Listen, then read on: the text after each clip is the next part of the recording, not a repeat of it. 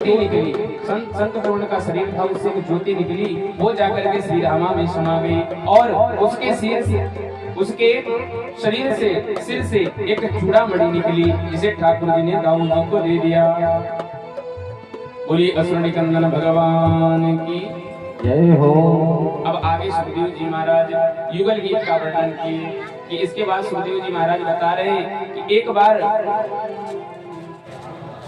अरिष्टा नामक असुर वज्र में बैल बन करके आया और अपने खुरों से पृथ्वी को कंपायमान करता हुआ और धूल उड़ाता हुआ दौड़ करके भगवान को मारने के लिए आया।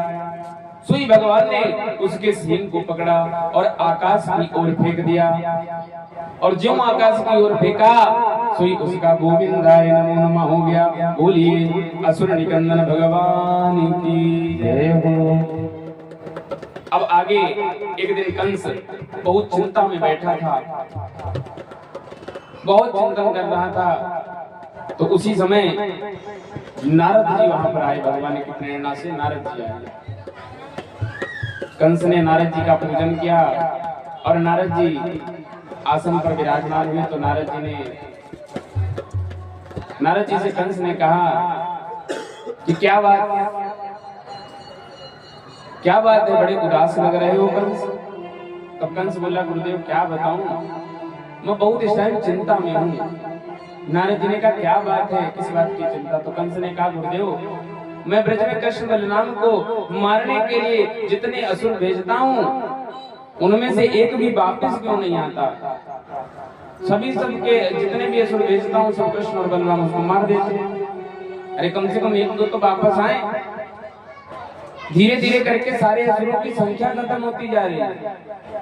नारद जी बोले कंस मैं तुम्हारी इसी चिंता को दूर करने के लिए यहाँ पर आया हूँ। देखो